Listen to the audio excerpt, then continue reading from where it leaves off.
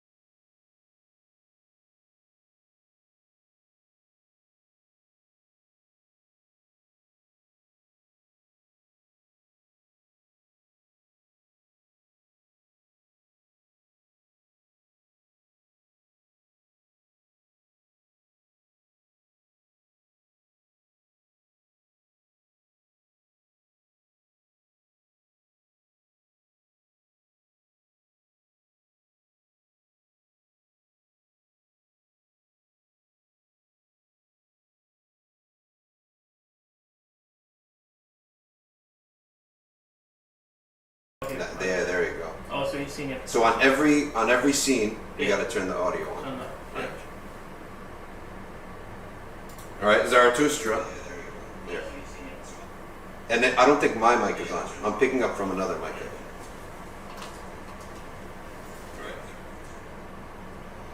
Say something? Testing.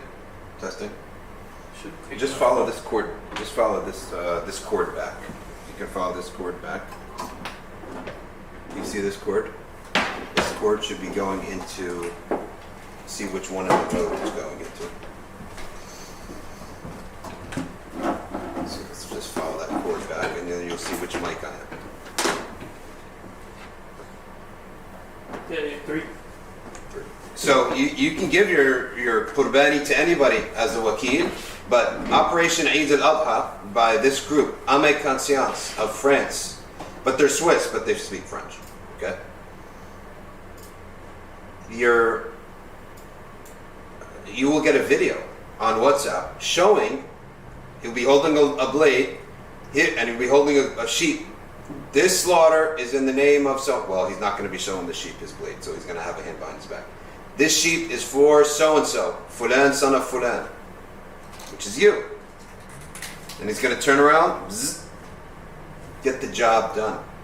And then you'll see your sheep and the slaughter, so you have absolute certainty, there's not going to be no doubt that this slaughter was done.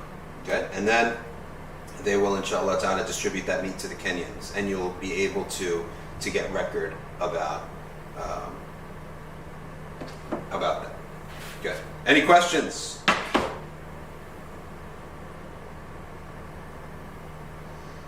Mike, it's not working. Aslam is saying, where's Mahan Baji? Are you related? Okay. How's the audio? I can hear you. Clear? Like it's coming from... Yeah, on the mic. How's the audio? It still sounds like it's coming from the camera, not from me. Oh yeah, shut off the video capture and turn the other one on. Desktop audio. That's why. Swap them. Swap.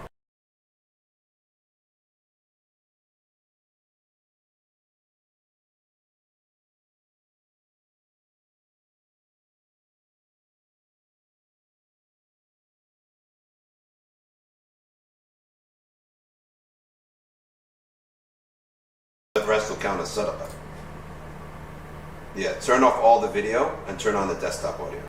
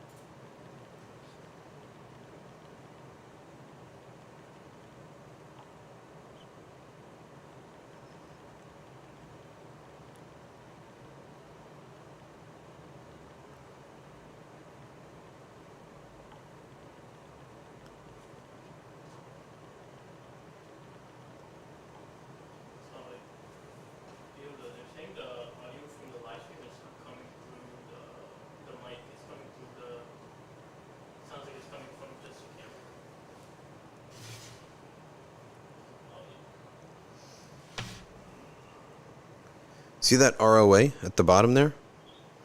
You can copy and paste that into that. All right, can you guys hear me now? All right, we'll hear me now. We'll deal with everything else later, right? With all the other things later. Okay, so we'll keep it on this screen, and we'll start by going straight into Umar Ibn Abd Al-Aziz. بسم الله الرحمن الرحيم الحمد لله والصلاة والسلام على رسول الله وعلى آله وصحبه ومن والاه. Umar Ibn Abd Al-Aziz is the grandson of Umar ibn Khattab, okay, and the grandson also of Marwan ibn al-Hakam. Okay, so let's see how it's worked. What is their relationship like? Let me explain to you, and I'll show you right now what this relationship is like. Okay, the relationship between Umar Ibn Abd Al-Aziz and Umar Ibn Khattab and Marwan Ibn Al-Hakam. First of all, Marwan Ibn Al-Hakam, Umar Ibn Abd Al-Aziz are polar opposites. Umar Ibn Abd Al-Aziz is the paragon of taqwa. Marwan Ibn Al-Hakam is one of the, he was not, if I'm not mistaken, he was not a Sahabi. He became Muslim after the passing of the Prophet sallallahu alaihi wasallam. Okay, if I'm not mistaken. But he is somebody who caused so many problems in the ummah. And he is the source of the civil war. Like if you want to say like single-handedly who lit the match, you can't have a civil war without the populace of your nation has issues. Okay? But someone's got to light the match, right? Marwan ibn al-Hakam lit the match, and he didn't light a match. He torched it. How? He's the one who got very close to Uthman ibn Affan, Sayyidina Uthman, radiallahu ta'ala anhu. And he's the one who made sure that he was always in Sayyidina Uthman's ear, okay, to put his relatives in charge of everything. All right? And when he put his relatives in charge of everything, some of them were totally corrupt. As an example, the ruler of Egypt was absolutely corrupt. Okay? He was absolutely corrupt.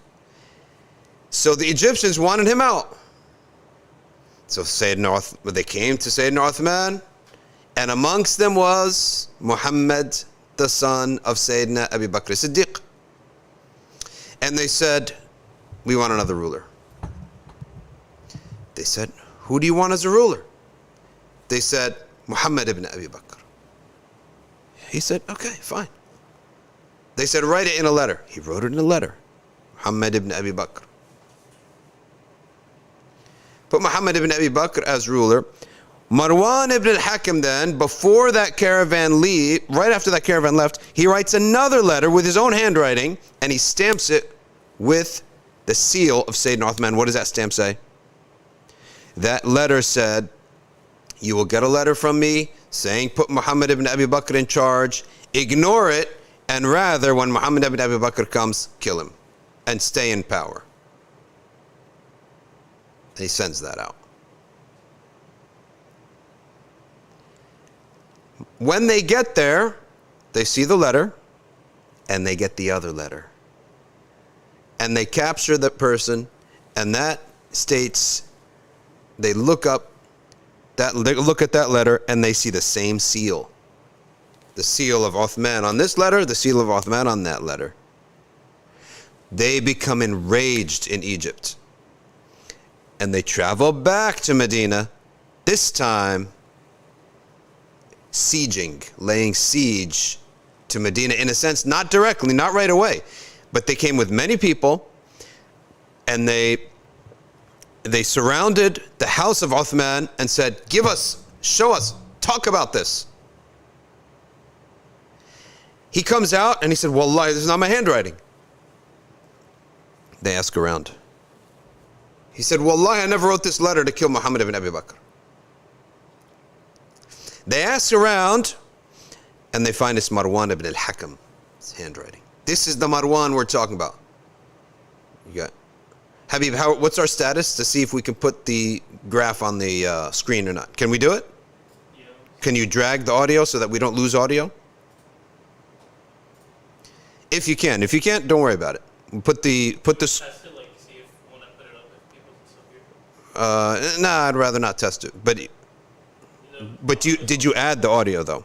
Yeah, it's on. I don't see it though in the sources. In the sources, there's no audio. See in that sources? Yeah, there's no audio. So you have to add it into that source.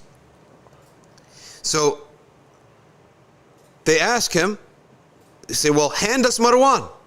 What does Marwan do? He takes advantage, okay? He takes advantage of the generosity of Uthman. And he says, oh, Uthman, I seek your protection. And he stays in the house of Sayyidina Uthman. Okay? So Sayyidina Uthman refuses to let him go. This just completely inflames the people. And the civil war starts from there. The demand goes from hand us over Marwan to let us talk to Uthman to kill Uthman. That's how it escalates.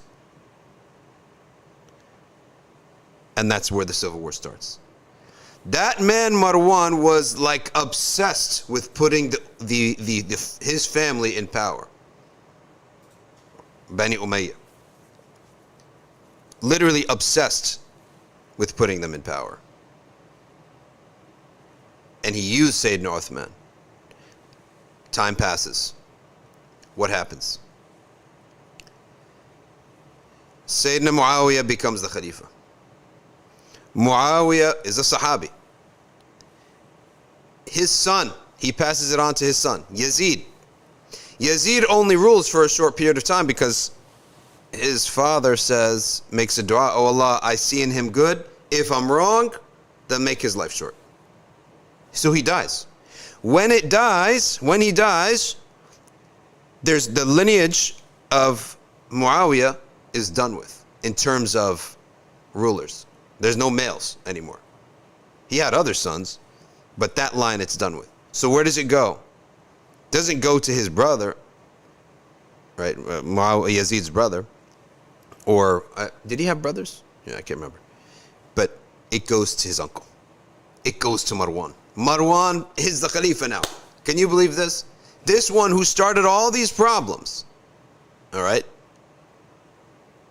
He started all these problems. He's now the Khalifa. How unreal is this? Okay. Aslam is saying, I'm Sunni, but I find it weird and stupid that some people call Yazid a Sahabi. There's two Yazids. One of them was a Sahabi. There's two Yazids. Okay? If you have the audio source and you're confident that we have it, yeah, put it up.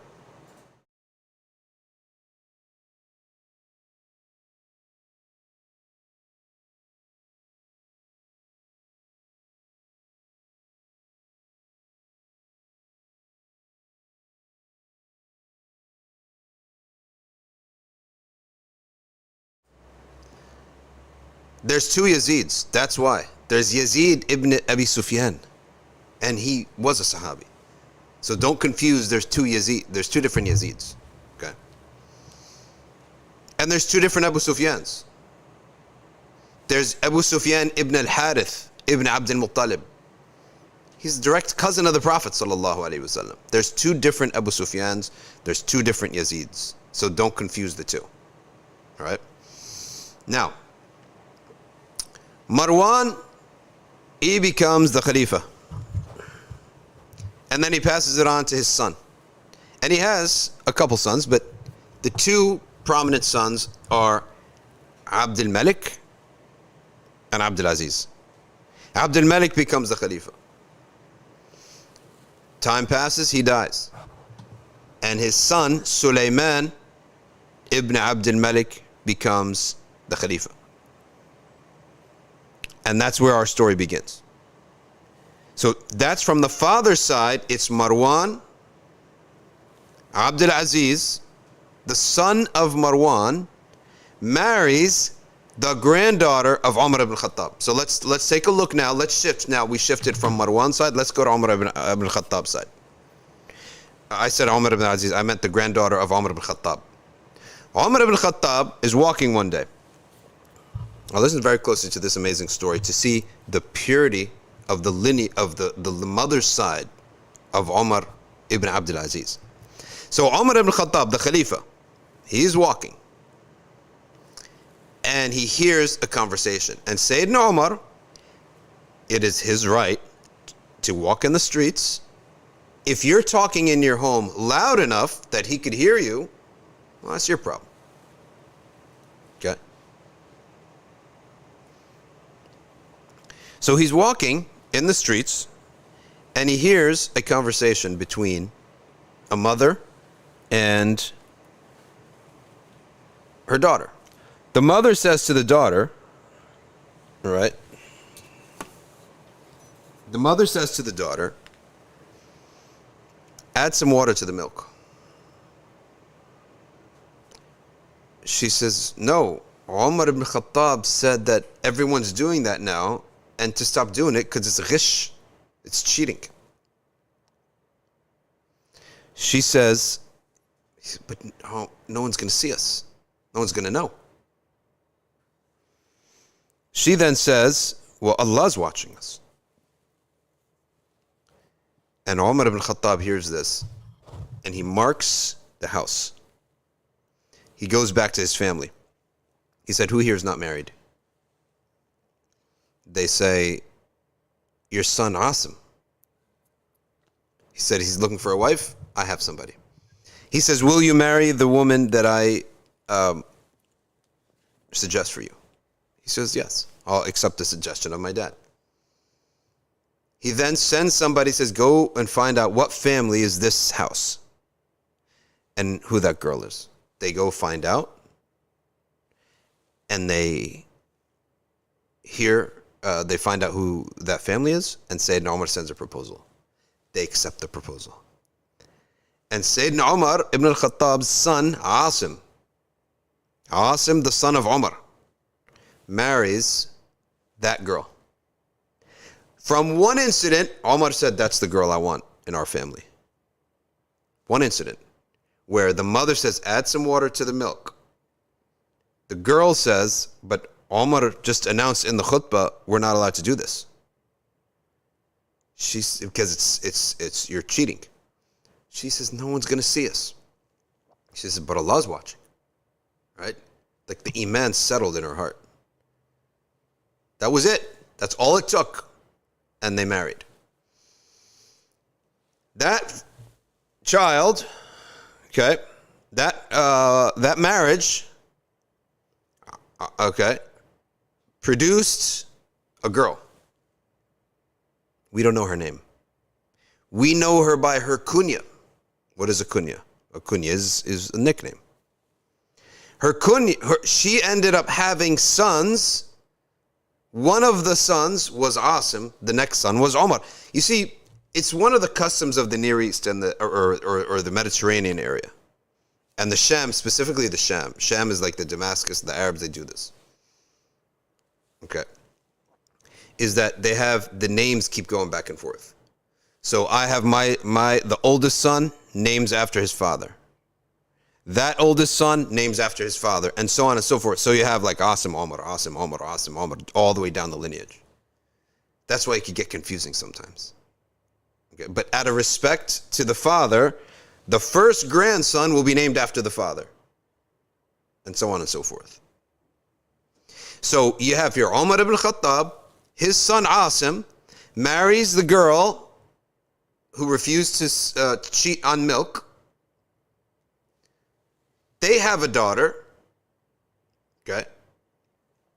That daughter, she's the one who marries Umar Abd Al-Aziz, son of Marwan. She marries the prince, one of the princes. Now there's a phrase called the crown prince. He's the one who's due to become king. Abd Al-Aziz was never crown prince, son of Marwan, because it went to Abd al-Malik. So he was just a prince. Abd al-Malik was the crown prince. Abd al-Aziz was the second son. Abd al-Malik was the first son. So Abd al-Aziz was just a prince. He was not the crown prince. He marries this granddaughter of Umar Ibn al-Khattab. What do we call this woman? This woman, she then has another child. Her first child, she names him Asim. Her second child names Umar. So she's known as Asim. She's Asim, daughter of Asim. I'm telling you, it can be a little bit confusing. Okay? I have an idea.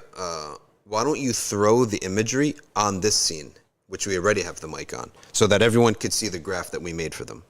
Okay? That makes sense. Since we know that the audio works on this scene. And I have a graph. I made some graphs for you guys so you could see. So, this lineage is one of power and one of taqwa. Okay? And they come together in this fashion. And that's where you have Umar Ibn Abd Al-Aziz. Huh? Do the splits, create the sidebar if you can. The whole sidebar, the whole shebang. And we'll put it up later as I talk. All right. Now, what is the setting of Umar Ibn Abd Al-Aziz's life? This is a lesson. Okay? This is a lesson. The nature of Islam. Okay? The nature of Islam is that what you're going to end up having is people, they get weak, they forget, and we have a cycle. It's a cycle. Everything is cyclical. People go from remembering Allah to forgetting Allah. And the power and their energy of the deen and the truth, it fades. You can't deny that this happens.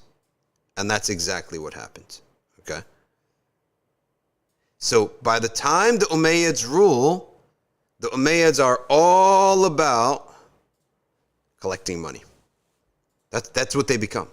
They essentially become tax collectors.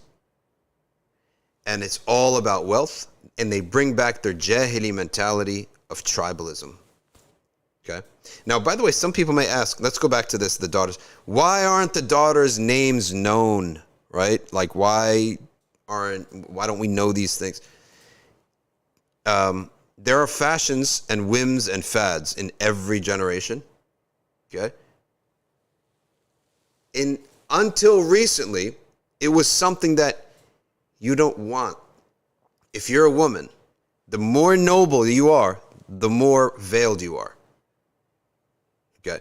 To the point that people don't know who you are. They don't know your name. So they only know your kunya. That was, for them, that was what nobility was. Okay? All right, we put it up here. There you see it. That it's on the father's side, Marwan ibn al-Hakam, who begot Abd al-Aziz. And then the mother's side, Umar ibn Khattab, his son Asim, married Asim. And then they brought Umar ibn Abd Al-Aziz. Okay, there you have it. We can keep it up there for people to look at for a while. All right. So that was the nobility back in the day. You didn't want your name to be known.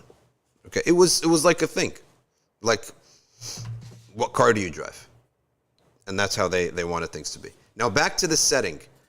The Umayyads were so lavish, and they were more into like Arabism than anything else.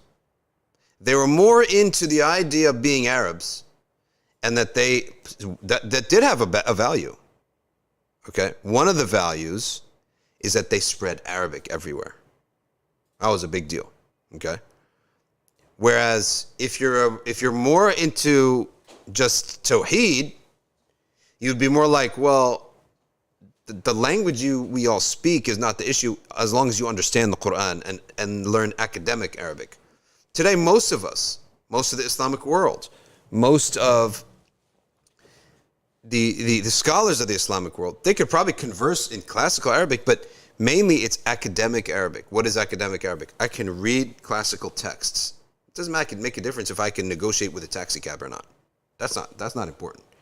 I can read classical texts, and I can write an analysis.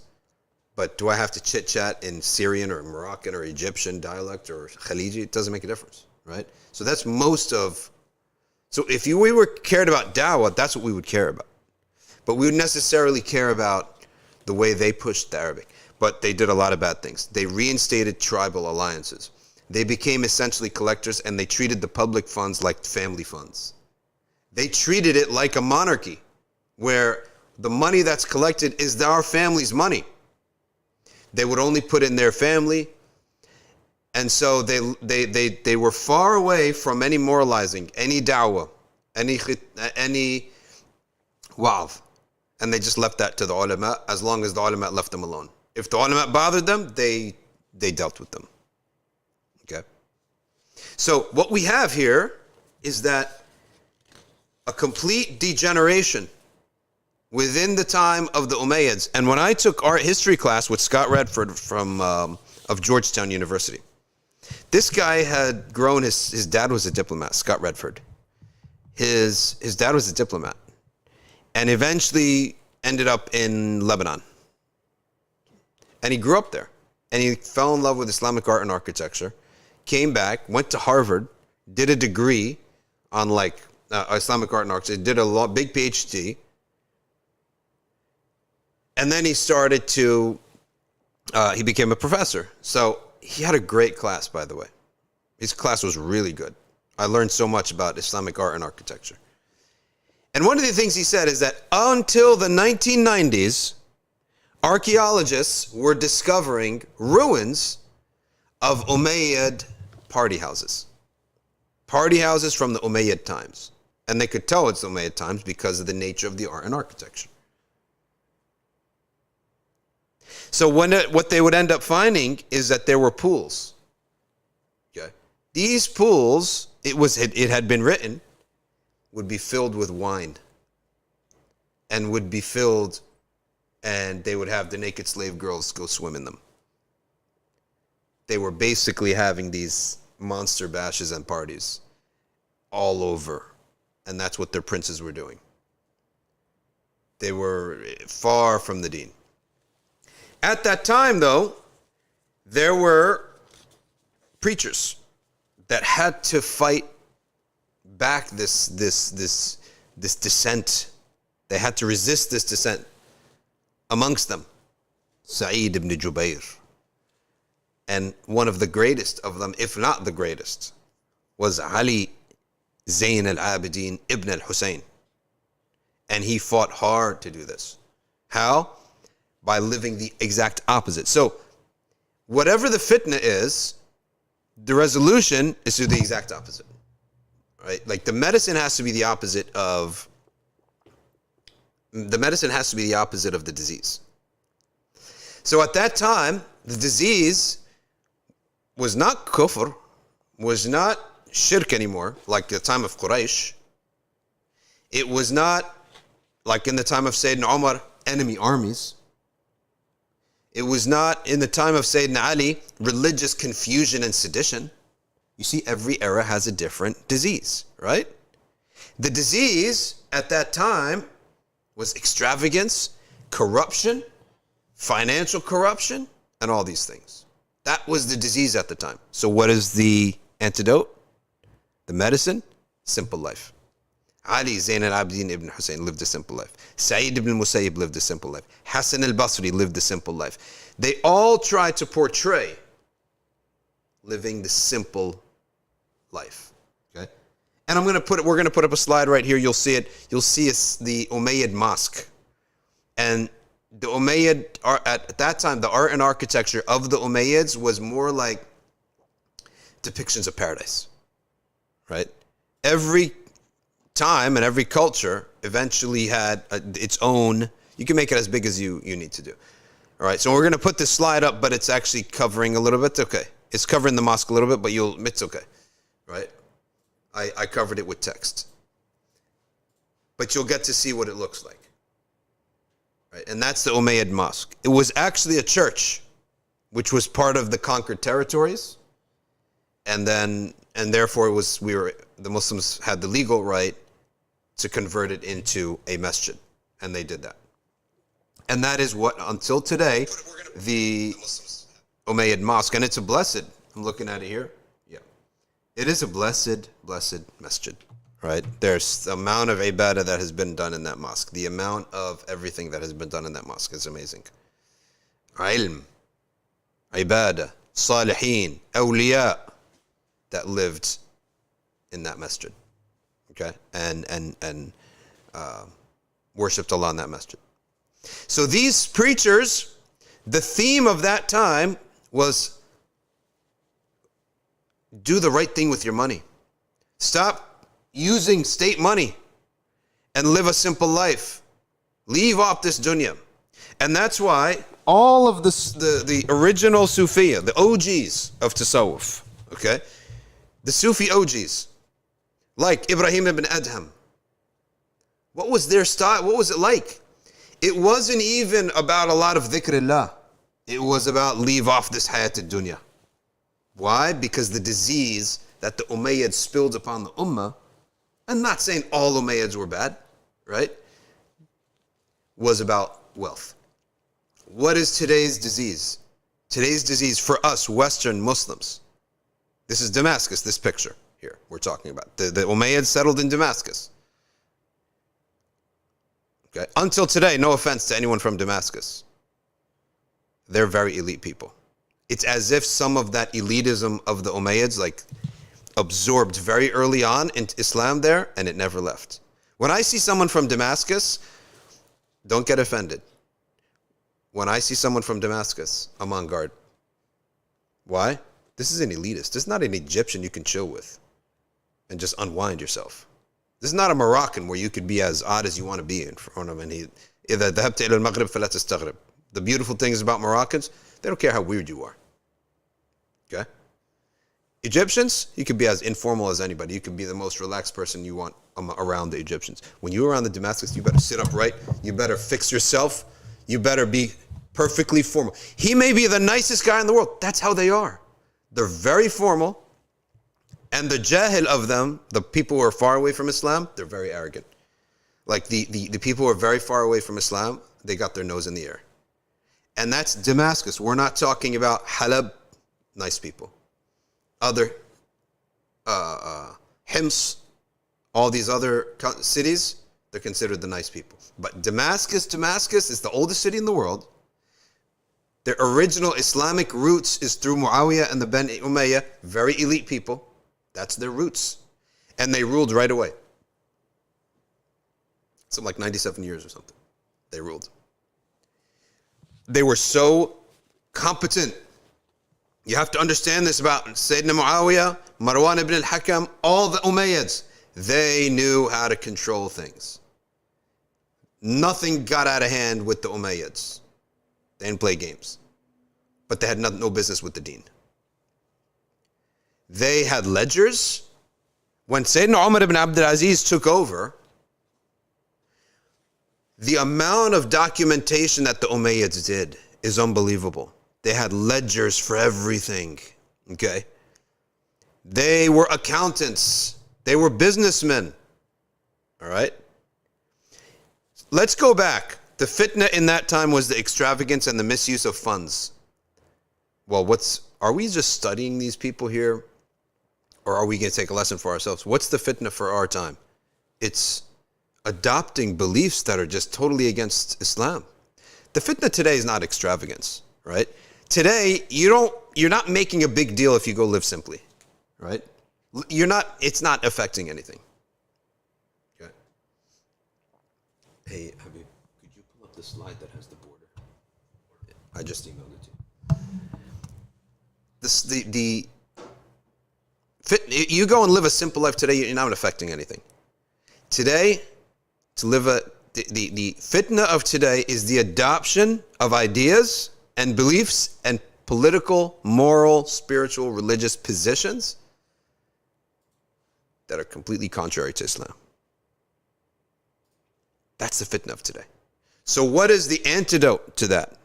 Is clarity in beliefs. Okay? Clarity in beliefs. Right? That's what we need today. To be clear in what we believe is better and greater and is the most important thing that we can do.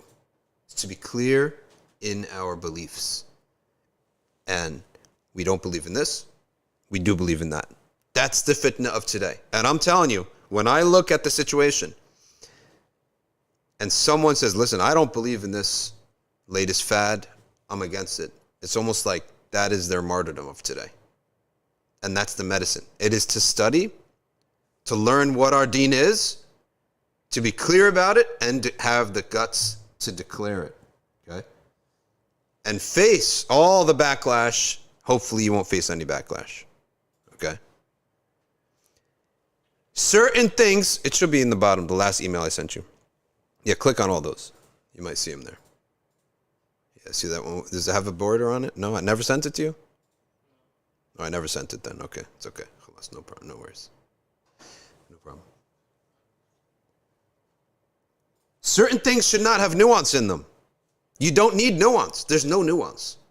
Certain things have a lot of nuance. You have to know the difference. You can't, shaitan cannot trick you and nuance what should be clear, and it's binary. How many gods we got? It's a binary. It's 1 or 0 or more than 1. That's it. There's no nuance here. Okay? Certain things you steer far away from. All right? And you don't play with fire. Is there any nuance with a child and a stove? No, stay away. There's no nuance. There's no, well, if there's an adult around, you could be next to the stove. If you have a protective shield, you can be. Stay away from the stove, discussion over. So certain things have no nuance in them. Certain things have a lot of, like what has a lot of nuance in them? Zakah rules. There's a lot of difference of opinion on, do I pay zakah on an investment that I have that's way over there that I'll never see again for 50 years and it's not even in my hands? There's a lot of discussion on that. We can have nuance on that. But certain things have no nuance. I mean, we've said it until we're blue in the face about the LGBT. Don't nuance anything. There's no nuance there. Okay, well, I support the law, but I don't support it morally. No, I'm sorry. Sharia is the law. Okay? Boom. Certain things have no nuance. So you have to understand, when you read the context, that don't go and see, oh, well, Umar Ibn Abd Al-Aziz, his piety, the way he worshipped Allah was all about living simply, so that's what I want to do. That's not what affects right now. You got to do what's effective. So you see a note. So that's the world the world Umar Ibn Abd Al-Aziz has entered into, is where the fitna was a ton of extravagance that had never been seen before in the Ummah or even by the Arabs. So the preachers were pushing back on this. Hassan al-Basri, we said, Ali Zain Abidin ibn Hussein, Sa'id al-Musayyib, Sa'id ibn Jubair. These are preachers. They're preaching to the people. And the hearts of the people accepted this because most people, they don't have the money to be extravagant in the first place. That's the beauty of it, right?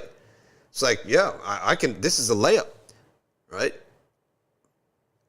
I'm telling you, Allah has given us Muslims a layup. The position on the existence of Allah, the things like gender, the things like basic things of the deen, these are layups. Wallahi, they're so easy, theoretically. It may be difficult to practice it in your various workspaces. You're rubbing elbows with people. So I get that. But sins, making mistakes, being weak is very different from knowing true from false. And say, this is what's true. Yeah, I'm weak, but this is what's truth. All right? So we have a layup. At that time, it was much harder, in my opinion, to not live an extravagant lifestyle when you have a lot of money. So now let's zoom in on part 3. We said, what is the origins of Sayyidina Umar Ibn Abd Al-Aziz? What's his lineage? What was the setting like? Let's look at part 3. Part 3 is, what was he like? Umar Ibn Abd Al-Aziz grew up a prince like all the other princes. No difference. He used to wear the most expensive clothes and had the most expensive everything. He had the most expensive atur, so much so that when he walked down a street or a side road, everyone would know that he walked by. He was the envy of everybody and everyone wanted to marry him. Okay. He was just one of those, you have a big family. One of them is going to be a superstar, right? Not everyone, but someone in a big family. You got a lot of boys, right? Okay. One of them is going to be the star of the family. Habib behind the desk is like, yeah, that's me.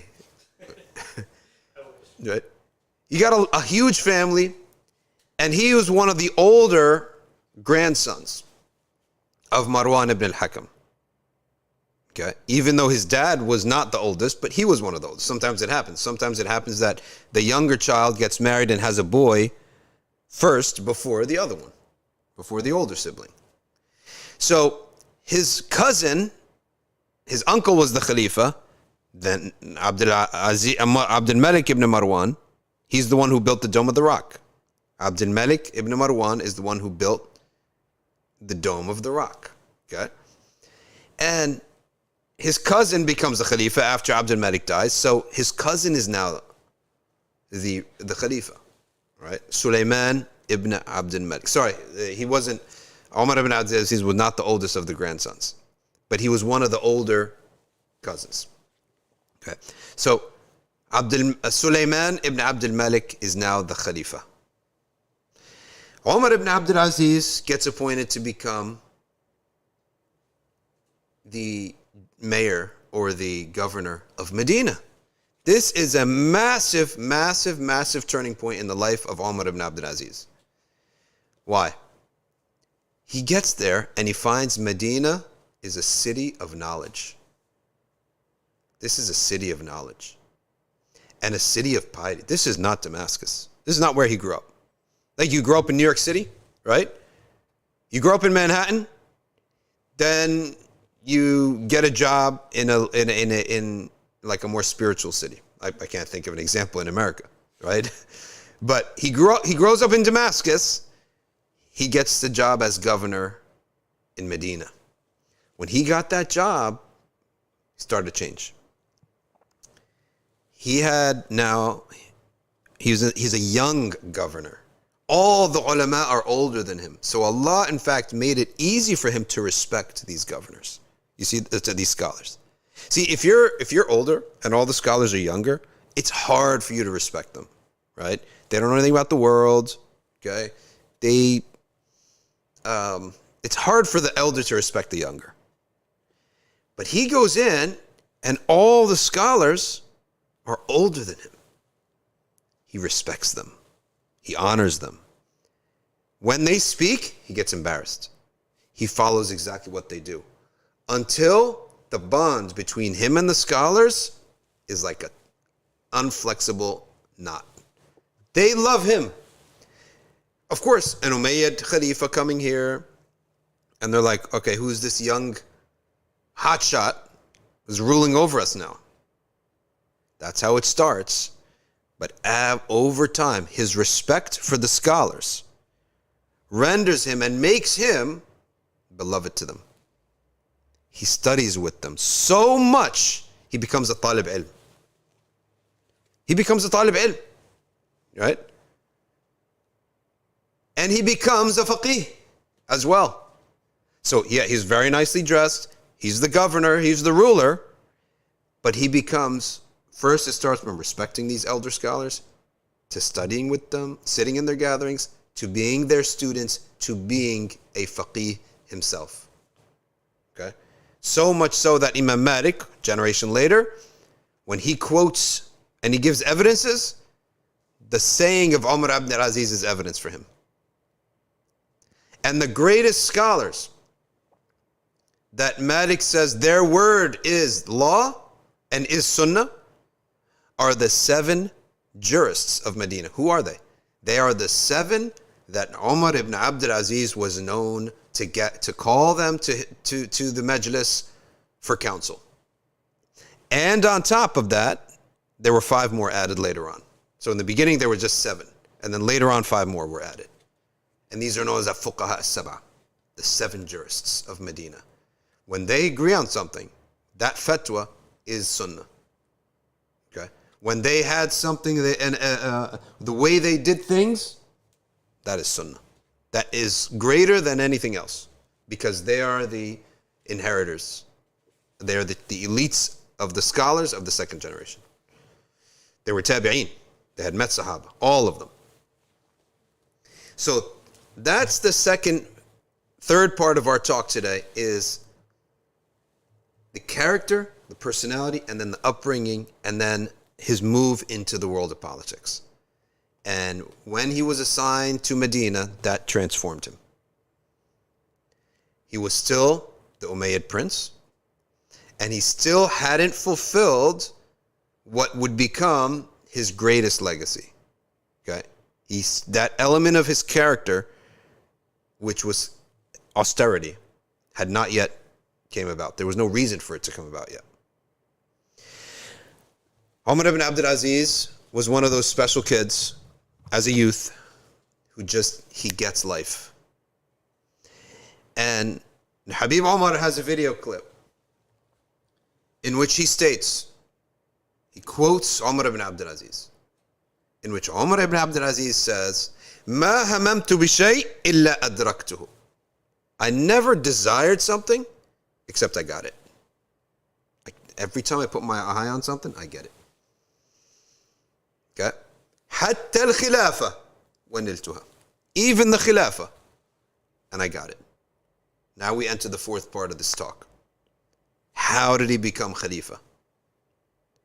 When his cousin is the Khalifa, and his cousin has many sons, and his cousin is like similar age to him. They're similar age. So how are you going to become the Khalifa if the Khilafah is, number one, it's not even in your family, your line. It's in your cousin's line. Your cousin, he's got sons. You yourself are not the oldest son of your family. So while he was in Medina as governor, as a youth, the idea that he would ever be the Khalifa was far away. Like you couldn't connect the dots. There was no foreseeable path to him becoming Khalifa. Did you ever watch the American elections? When they're starting to count, it's almost like watching the Super Bowl. The path, what is it? What's the number? 270? 270 electoral votes. You need 270 points to become president. And so they know that certain states are going to go red, certain states are going to go blue. And so they look around and they see that this person, he has no path to become president. Because once you lose Ohio, Florida, Michigan, Pennsylvania, Arizona, these are the 5 swing states. If you lose 3 of them, the path to president, really hard. Ohio, Florida, Michigan, Pennsylvania, Arizona. The 5 major swing states. And that's why every time you see someone running for president, he's in Florida, then Ohio, then they go to Pennsylvania, then Michigan, then Arizona. There's no need for a Democrat ever to come to New Jersey. It never happens. We always go blue. A Democrat for president will never go to New Jersey, New York, California. There's no need for that, right? He'll also never go to Texas because you're not winning Texas. The day that Texas becomes a swing state, all right, the Republicans will never win the White House again. But Texas has gone hard red, right? Hard red, right? I'm never going to win Texas. Some people were saying that Texas is up for grabs soon because the amount of Hispanic voters, and the Hispanic voters would probably be Democrat leaning, but that's probably out of reach. For now, at least. So there was no path for Umar Ibn Abd Al-Aziz to become Khalifa until something nobody expected happened. Sulaiman ibn Abd al-Malik, he fell ill. When he fell ill, his oldest son was like 9 years old. He had like 4 sons. His oldest one was like 9 or 10 years old. And he fell ill. And they looked around and they said, well, all right, start preparing your son. First of all, they didn't really think that Sulaiman ibn Abd al-Malik's sickness was that bad. But it was. Right? It was really bad. And there was this time where they started to feel there's no way he's going to get it better. He's going to die.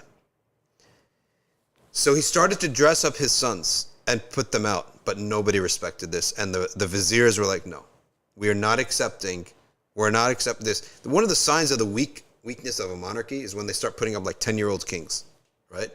And it happens in the history books. You'll see it. Like the king dies, and his next son is 10 years old. Well, what happens? The vizier manipulates the kid, or they outright kill him. It's one of the weaknesses of a monarchy. So advisors come together and they say, your best route, skip your kids. Look to your cousins. Of the cousins, Umar is the best one. And so the Khilafah falls into the lap of Umar ibn Abd Al-Aziz with no effort on his own, not even imagining that like you couldn't see a path, except that he said, "Hammamtu biha." I was always think that I want to be the Khalifa, and I'm going to shoot to be the Khalifa, even though there was no path. So this actually teaches us, very similar to Sayyidina Zakaria and Sayyidina Yahya, when you ask Allah for something, you don't have to see the path to it, because you're not the one who's going to make it happen. Allah is going to make it happen, and you know He can make anything happen.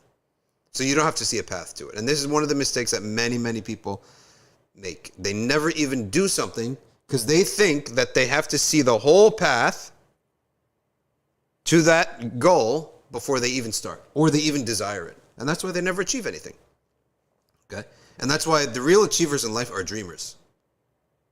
You have to be 50% dreamer, 50% executor. When you execute something, you don't need to know steps 2, 3, and 4, and you don't need to worry about the blowback either. You just need to know step 1. Like, what's the first step to having a business? Right? Find something you want to sell. That's the first step. Sell it. Then get better at the process. It's like I said the other day, the path to making $5,000, if you can sell something and gain back $5, repeat that 1,000 times. Right? Yeah, it might take you a while, but you think that by the 500th time, you're going to be doing the same thing? No, you will have gotten 500 times better. So it may end up taking you 300 sales to hit 5,000, right? Life is like that. But whoever sits there and he says, well, I need to see the whole stairway to heaven before I even try. No, you're not going to get that. Okay? All you need in terms of execution is the first step.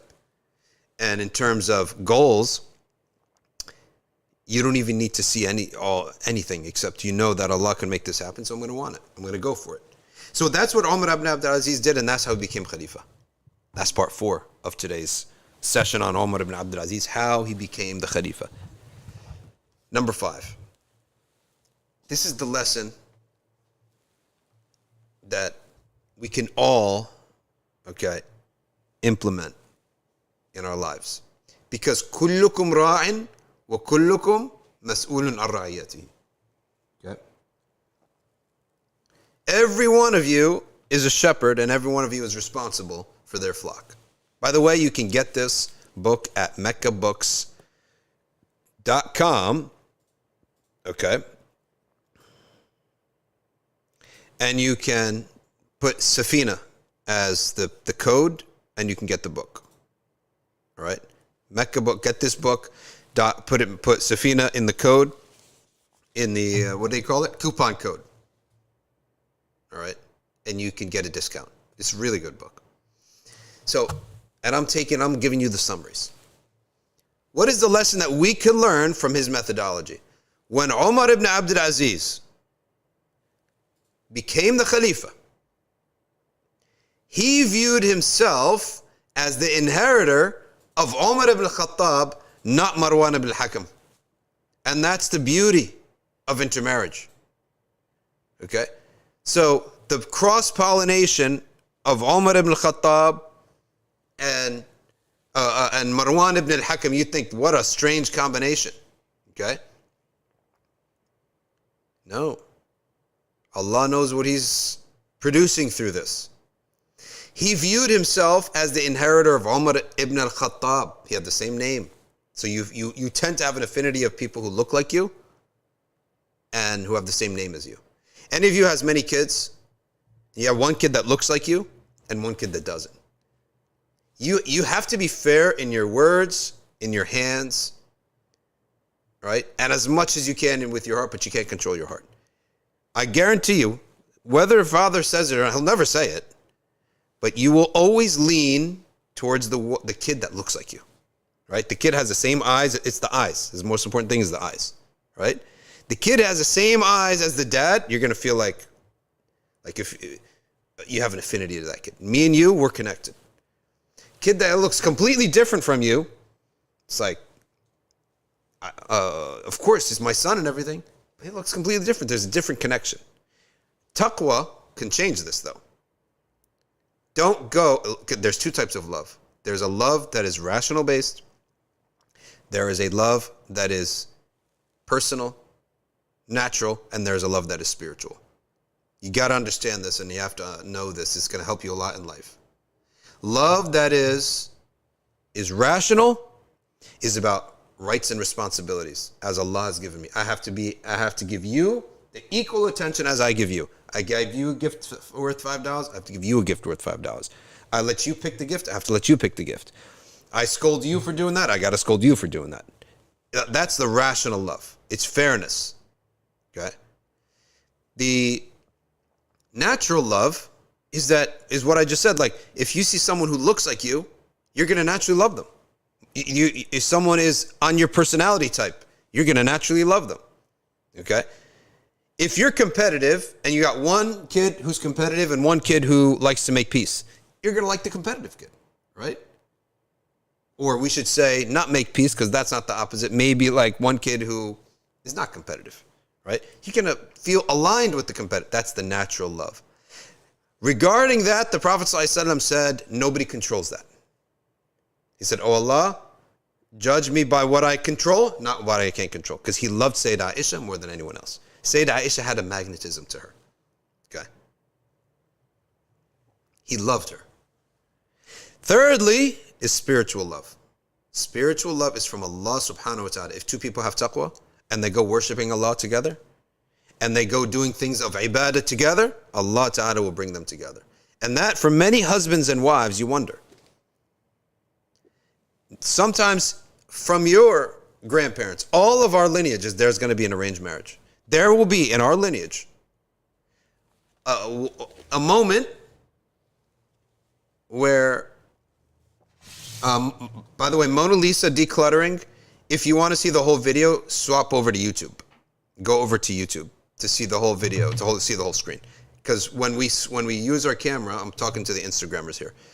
When we use our camera, we have to, the Instagram is skinny, so we can't cater to Instagram. The YouTube is wide. So Mona Lisa, go to YouTube channel Safina Society. Okay. And you'll see it there. So husbands and wives, guaranteed there's going to be a moment in your family where a daughter, one of your fathers was knocked on his door and said, come, we found a wife for you. Really? And then across the street, they're knocking on the door. Daughter, come. Hey, what's going on? Oh, get dressed. You're getting married today. What? Come, we're late. Let's go. Move. Wait, I'm getting who?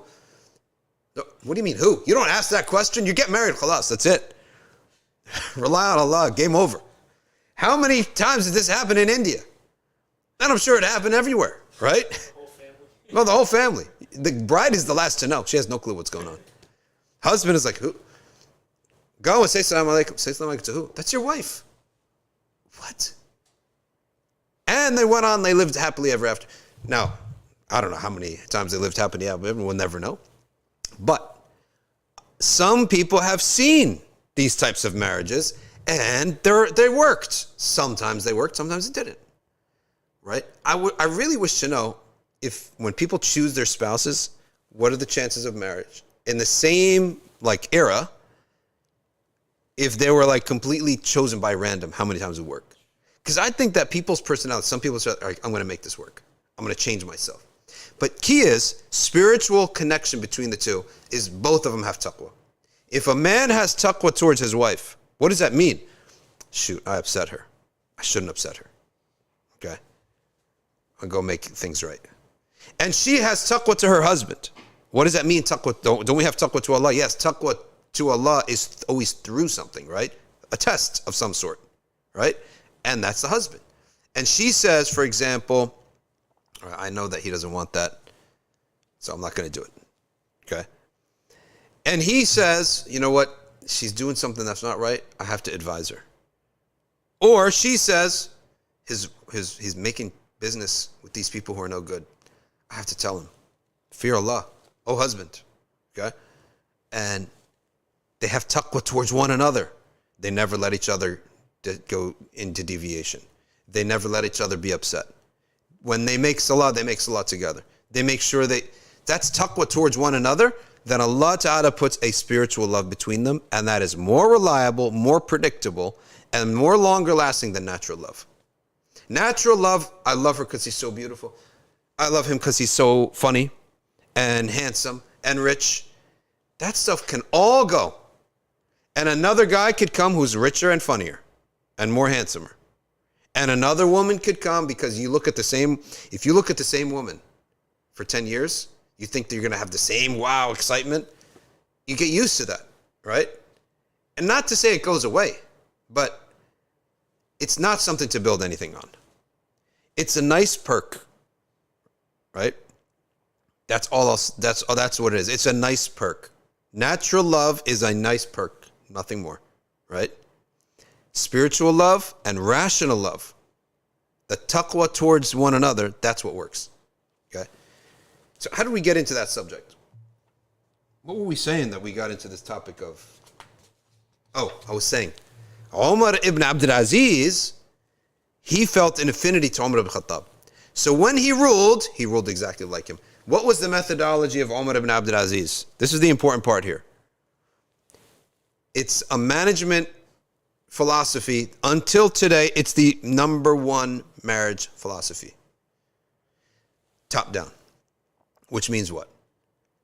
As you are the manager and the president and the CEO, whatever you are, the father, the head of household, the Khalifa, the king, as you are, it's going to trickle down. So the first strategy, the first thing that Sayyidina Umar ibn Abd Al-Aziz did was he went and he attacked himself. And he got rid of all his wealth. And he divested all of his investments. He got rid of everything. Later on, within the first year, he wanted to make Hajj. He remembered, I have another investment out there. When he got that investment, he thought about it. He said, hold on, this investment's been with me since I'm Khalifa. How do I know that investor now didn't do better? Because now he's got the Khalifa's money. So he said, this is invalid for me. He put it in the state money. He cut his family off from ever dipping their hands in the treasury. So much so that one day his daughter came to talk to him like this, covering her mouth. Talking to him while covering her mouth. He said, why are you covering your mouth? She said, Father, is all we had to eat today, all we had of food was an onion. So my lunch was a raw onion. That's what she ate for lunch, right? That's how austere he lived. Because if I want to spread this austere, if I want to neutralize this extravagance, I have to do it myself. Umar ibn Abd Al-Aziz, he did not rule long. Okay?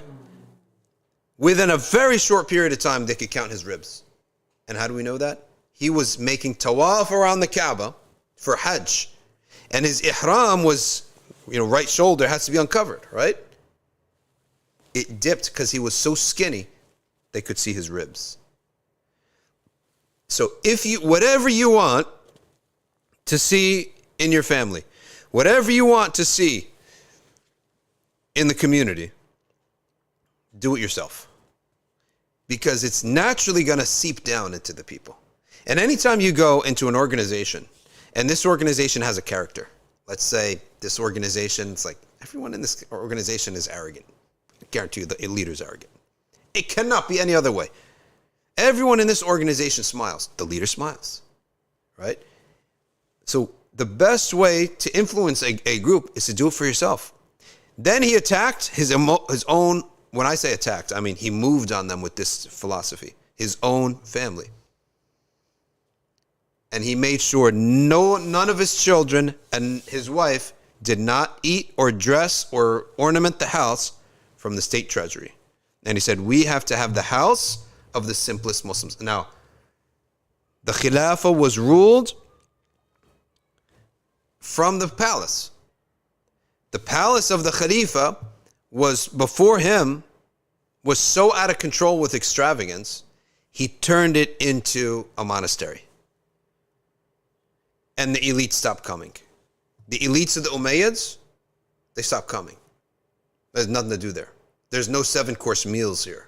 There's no wine here. There are no dancers here. There are no singers here. There's no poets here.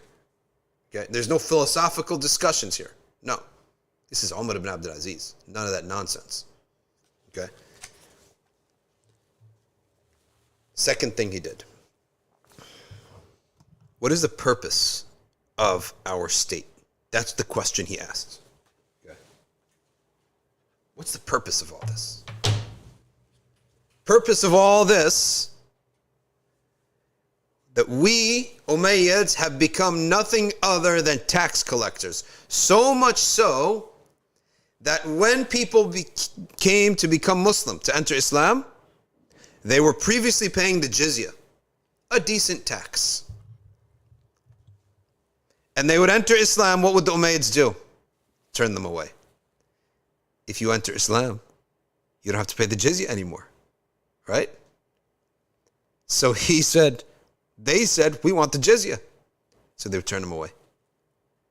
Umar Ibn Abd Al-Aziz altered all of that, and he brought these people into Islam, and they warned him. They said, you're going to bankrupt us. If these Christians stop paying the jizya, we lose our money. He says, but we make the Prophet happy. That's the purpose of what the Prophet came with. And it pleases Allah subhanahu wa ta'ala, so I don't care if we lose all the jizya. He abolished all the false taxes. He asked for all of the taxes to be brought to him on a ledger. He said, all of these are false taxes. You just gave them different names. You gave it different names. Okay? And these names do not change the essence of what it is. So he abolished all of these taxes. The state treasury, which was the playhouse and the fund of the Umayyads, it was shrinking and shrinking and shrinking. Okay? Shrinking and shrinking and shrinking. Because of what he... But the ummah and business was thriving more and more and more. Why? Because he eliminated all taxes and he eliminated all tariffs. So the Umayyad said, oh, if you want to trade, if you want to go from here to trade, you got to pay a tariff. They take that money. So he eliminated all these tariffs and he eliminated all these taxes and he allowed all free trade. Anyone could co-trade in the ummah with anyone else. You don't have to pay a tariff by crossing a border or pay a tax or pay anything. So business boomed in his time, but the royal palace shrunk in its wealth. And they were having none of it. But now that is the austerity and the cleansing of the financial corruption that was happening in the Bani Umayyah. He then installed sharp-eyed, rigorous, and strong accountants on the treasury. No one is going to take a dinar. Dinar is the gold coin. Dirham is the silver coin. No one's going to take a dinar or a dirham without it being approved. It has to be lawful. And he fired tons, dozens and dozens of his own cousins and relatives from positions of rule and money management of the ummah. That was the first thing that he did. The second thing he did is he redirected, and he has the purpose of our state, of our government. What's our purpose? And he said, Allah has sent Muhammad sallallahu alaihi wasallam as a prophet, not a tax collector. So the purpose and the aim of the Umayyad Empire will from here on be a da'wah ilallah. And he gathered the scholars and he gave stipends to selected scholars with the sole purpose and job of collecting hadith, gathering hadith. Okay? And the idea of what would become the Muwatta of Imam Malik was born in the era of Umar Ibn Abd Al-Aziz. The first person he gave this job to was a man by the name of Abu Bakr ibn Hazm. Okay? So that when someone says, well, the Muwatta was the first book of hadith, but the idea of collecting hadith in books that could be preserved started in the time of Umar ibn Abd Al-Aziz. And he feared that knowledge be lost. So compile knowledge, compile hadith. Knowledge at that time was hadiths. Okay? Compile the hadith. And he paid them to do this. Don't do anything else all day. Wake up in the morning, compile hadith. We'll take care of your food and your drink and and your home and your family and your clothes. Okay. Spreading the dawah. Spreading the dawah. Many people don't know this. I'm going to read this to you. Ya Ahl al-Hind was Sind. People of India, people of Sind. Listen to this. In the book Futuh al-Buldan, al-Baladhuri says that Umar Ibn Abd Al-Aziz, he wrote letters to the rulers and the people outside of Islam. And he wrote a letter to the Rajas of India. Habib, your ancestors. The Rajas of India. You had an ancestor at some point, okay, who was a Raja. And he wrote them letters inviting them to Islam.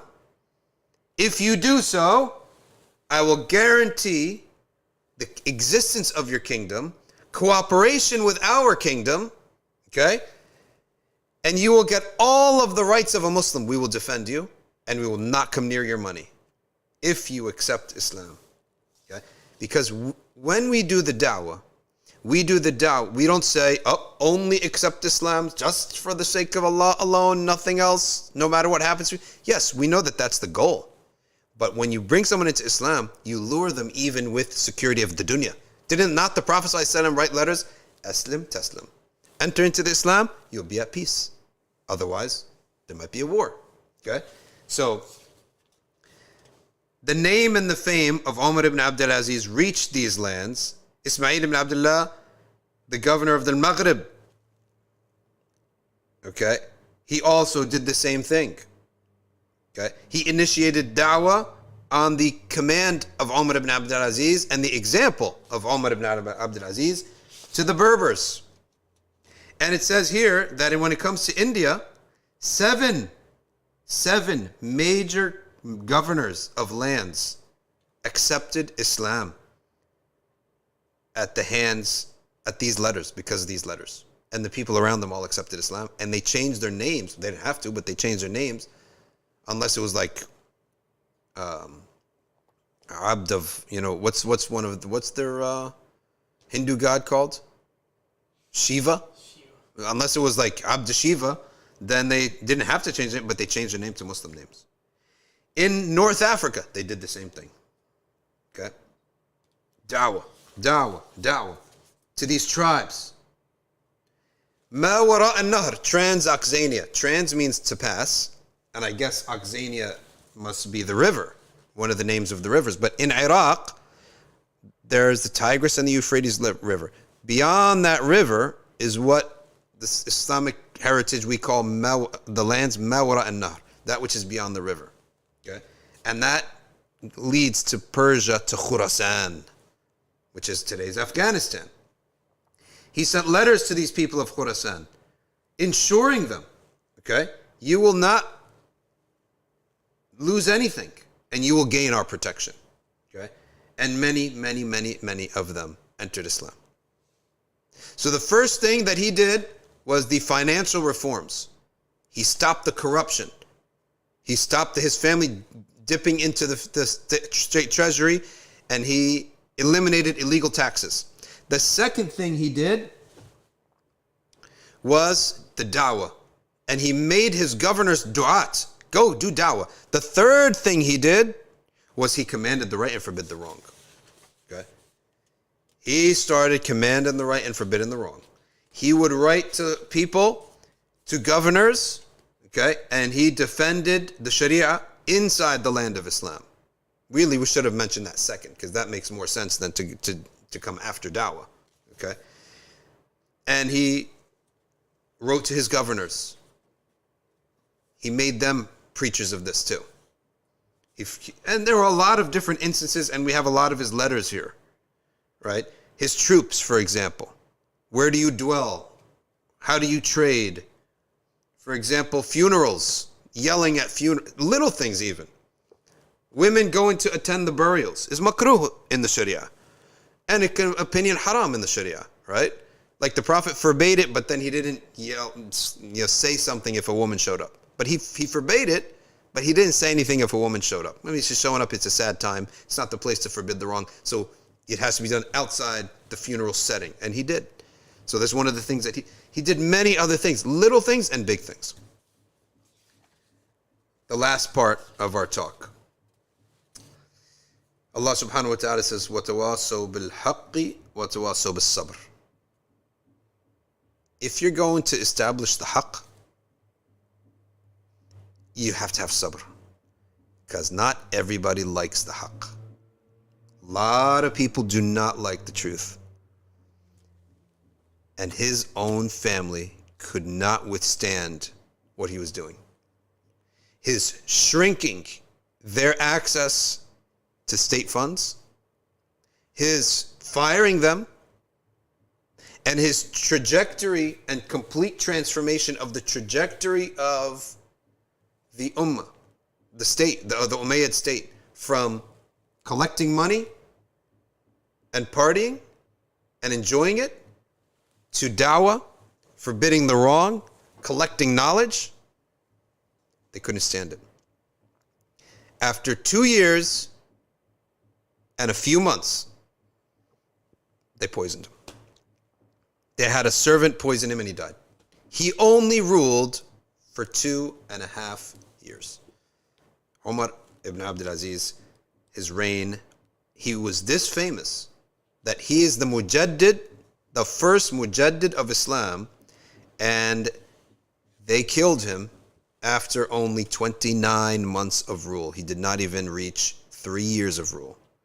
So imagine the impact that he had. He only ruled 2 years, 5 months. Now, Sayyidina Umar ibn Khattab, he ruled 10 years. You say, of course, anyone who rules 10 years, you're going to eventually have an impact, right? Umar ibn Abd Al-Aziz only ruled 2 years and 5 months. So his impact, the scholars themselves in his lifetime were saying he is the reviver of our religion. He's the mujaddid of the Sharia and of the Deen. And he was poisoned. This is why Allah says, establish the truth and uphold patience. Okay? Advise to the truth and advise to patience. Because you will need to be patient with the blowback if you are talking truth. Okay? Is any time that you're helping the Deen, benefiting the Deen, you got to help and benefit where it's suitable. Now, if we went on the same mission that he went on, no one would say anything because it's not an issue. The extravagance in our communities, Western Muslims like us that we're talking, having a Tesla is not the issue. No one cares. It doesn't affect you. A lot of good people are doing that, right? It's not the issue. So you can talk that talk all you want. No one's going to ever affect you. There's no blowback. Because it's not relevant. It's not a problem. If you are going to speak about other truths, there will be a blowback. Okay? Certain other truths, people don't like to hear. You're going to get a blowback from these things. Okay? This book, again, is called Saviors of Islamic Spirit. You can get it from meccabooks.com. And we can stay at the full screen now. meccabooks.com is where you can get this book. You can also be a supporter of this, and I want to be very grateful to some of our more recent supporters whose names haven't come up yet in the credits. Okay. May Allah subhanahu wa ta'ala bless your investment in the Safina Society podcast. Nothing But Facts live stream. And may Allah subhanahu wa ta'ala bless you all for your continued support. You can be a supporter of this live stream at patreon.com/Safina Society. Okay. Thirdly, your udhiyah this year. Where do you want to slaughter? You can send your slaughter to Kenya this year. Okay? You can send your slaughter through Ame Conscience. All right, read that website, Habib, for us. Ame Conscience. Conscience.org/. amaikansiyans.org/Eid. Okay. All right. Or does it say /eng/Eid? It should be .org/aim. Okay, put that one in if you have the time. Yeah. Keep the other one up, but put this one in. And then we'll, after we're done with that, we'll go to this. We'll go to the full screen again. Okay.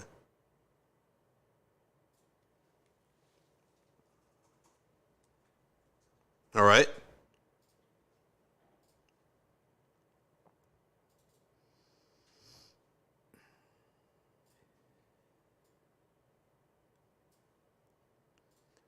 So that's basically the life of Umar Ibn Abd Al-Aziz. And he paid the price. He's a shaheed. He's the mujaddid of our ummah. There you go. You see that website at the bottom there? You can give your slaughter, your udhiyah. All right, you know what? Let me do this. Let me sit nice and proper, and let me do a little promo that they could cut out. Okay? They could cut out this clip of the video. All right? Here we go. Assalamu alaikum, everyone. This year, you can give your udhiyah for Eid, your qurbani, for much less money and for a much happier and much more needed cause, which is the fuqara of our ummah in Kenya. All right, in the land of Kenya, there are so many people who are in need of this qurbani, and this organization, Amay Conscience, and you can see the website, which way am I pointing? Down that, right there, the website down there. You can, you will get a video of your slaughter being done so that you, number one, you're certain that it's done in the halal way, and you get the feeling of sakina that it was done, and your name will be mentioned that, okay, this is the qurbani of so-and-so, this is his sheep or goat, and here's the slaughter, it has been slaughtered, it will now be distributed to the fuqara of Kenya. All right, so please visit amaiconscience.org, and whatever that website says, what does it say?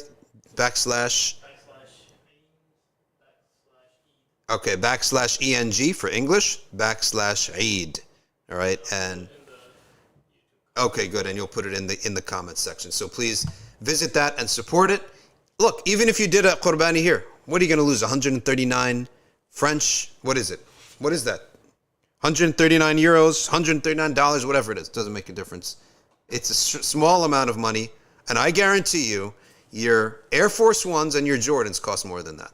And the amount of coffee that you've drank last 2 months is probably more than that, right? Maybe if the bag costs $40 or $26, you finish a bag a week, right? Especially if you're going to Starbucks. And if you're going to Starbucks and ordering these flowery drinks, right, with 5 layers to the name, then I'm sure you spent $139 over the last 6 months drinking coffee. So support and help this beautiful effort. Jazakumullah khair. Wassalamu alaikum. All right, good. Now let's get to our question and answer. Let's go to the full screen now. And we only have a few minutes for Q&A today, because today we don't have a lot of QAs. Put your questions again from scratch, because I don't scroll up anymore. Why do I not scroll up anymore? I don't scroll up anymore because the person, if you put the question at like 2 o'clock, he might be gone by 3 o'clock. Maybe he had to leave. Maybe they had to go to Wimbledon. Maybe they had to go to the US Open. Maybe they had to go to the French Open. All right. Maybe they had to go to work. So, and I want to answer the question live. All right. I want to answer these questions as live as possible. So put your links here, and Instagrammers, if somebody could type it in, because I don't speak French, I don't know how to write it in French. So if you could possibly put put the website in there for Amay Conscience. All right, let's take the first question. Siku95 says, can you swim while fasting? The answer is yes. However, if you swallow water, and you may swallow the water, you're responsible for that, okay? Because it's if you're sloppy about it, okay? If you're safe about it, fine. But if you're sloppy about that and you end up swallowing water, you may end up owing qada and kafara. If you just accidentally swallow water, it's only qada. But if you're sloppy about it, and you're talking, laughing, and splashing water, and then you swallow it, no, you're sloppy about that. You owe qada and kafara for that. Shockwave, the new X-Men. By the way, we did not forget. Yeah, ayyuha Shockwave. We did not forget that you will be sending us info@safinasociety.org, your video of your slaughter, because we challenged him. Okay? And he said, I'm nervous. We said, all right, well, we're going to end this nervousness. You're going to show us the video of your udhiyah. Right? And I told him, I'll put up my video too, just so that he doesn't feel, oh, I'm the only one. No, I'll put up too. Mine and yours. Shockwave brings up an important question here. He says, is it true that we shouldn't fast Arafah because it's on Friday? No, that's not true at all. We fast. Definitely fast on Yom Arafah, even if it's a Friday. Number one, the idea that we cannot fast on Friday is not correct in the first place. What is forbidden is the intent of imitating the Jews and having Sabbath and creating an Islamic Sabbath. That's what's haram or sinful, that intention. But the fast itself is valid. And if you have no such intention, then it's all valid. Right? We have no problem, absolutely. Okay?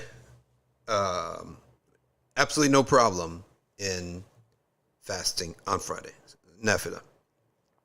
Zarathustra says, today I was reading a book in which Azazil / Iblis, because Iblis' nickname was Azazil, the glory of Allah, because he was a glorious worshipper of Allah. He's represented as a devil with a goat. In other words, his face is a goat. Of course, that's the European, their image of Satan is a goat head. Do we have anything, does that have anything to do with our slaughtering goats? Nothing whatsoever, and we don't say he has a goat head at all. I don't know who made that image up. Where did that come from? I have no idea. Why the poor goat, right? Of all animals, why the goat, right? And they make it look so nasty, like Yeah. no eyes. Yeah, it's a nasty image. Skull of a- But he's like ripped though. Yeah. You notice that? What the? Are you trying to make him look good? I don't know. There's nothing like that in our religion. Let's go to Muslima. She says, is it a bad bid'ah to fast one day or Arafah according to local moon sitting in one day according to the place in Arafah, Mecca? There's nothing wrong with you fasting both days. Okay. Omar Dizman, is Arafah more important as it's on a Friday? Way more barakah. The fact that Arafah is on a Friday. By the way, tonight, everybody, sleep early, set your alarms, and we really have to have a good tahajud tonight. There's no excuse. No excuse. Once a year, Yom Arafah comes once a year. And on top of that, it's Laylatul Jum'ah. So sleep, no hanging out late at night. Sleep at night. Okay? And, okay, pray tahajjud. Get up for a nice, good, don't you have to get up for suhoor anyway? This question is from Khala White. She says, what do you say about someone who says that he can say bad things about the Sahaba that the Prophet ﷺ said bad things about? Show me one such hadith where the Prophet ﷺ says a bad thing about a Sahabi. That person is an ignorant fool, because any such time the Prophet was upset with a Sahabi is overridden by his saying, don't ever talk about my Sahaba. Wait a second. I mean, I could say what I want about my own kids. You can't. I mean, I could smack him around all that. Well, I don't want to smack around my kids. But I could yell at him and call him every name in the book for being lazy or whatever I want to say. But you don't utter a word. It's not your kid. The Prophet ﷺ, those are his followers. They're not your followers. They're your sayyids. So the logic is just not there. Khalawite, tell that person, okay, to get his logic in order. Okay? Next question. Let's go to what time to get up for tahajjud is a question. The time to get up for tahajjud is just go to Fajr and subtract maybe like today as a special day, a little more than an hour. So you do ibadah, nice 30, 40 minutes salah and dua and dhikr. And then you have to have suhoor, right? And then a buffer between suhoor and Fajr so that you don't accidentally eat inside of Fajr. It's called imsak. 10-minute buffer is good enough. Imsak. And then you pray Fajr. Okay.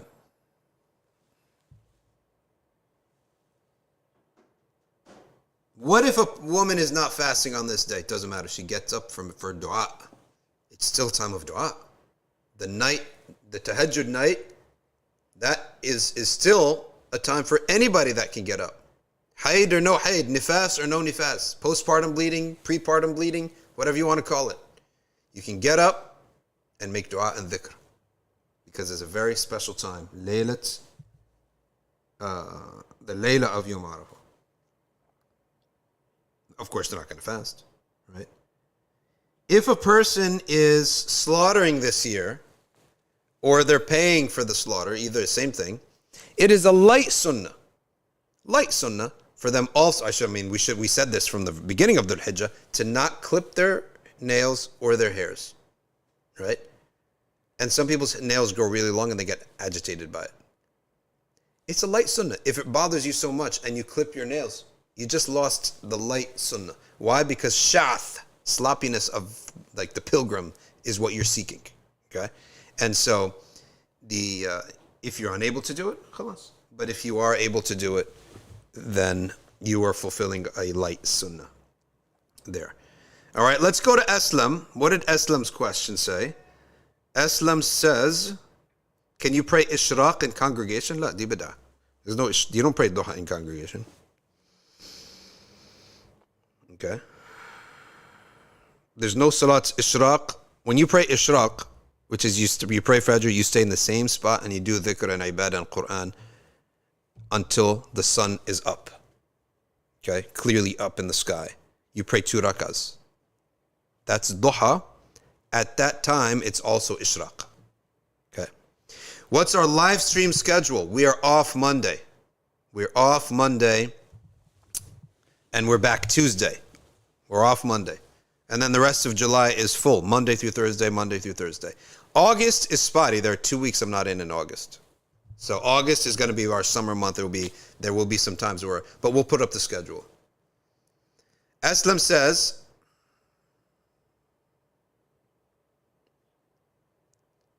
or Maham question first, how do we reconcile that it's better to do charity locally? Yes, it is better. But in the case of dire need, like these people who are dying over there, then, inshallah,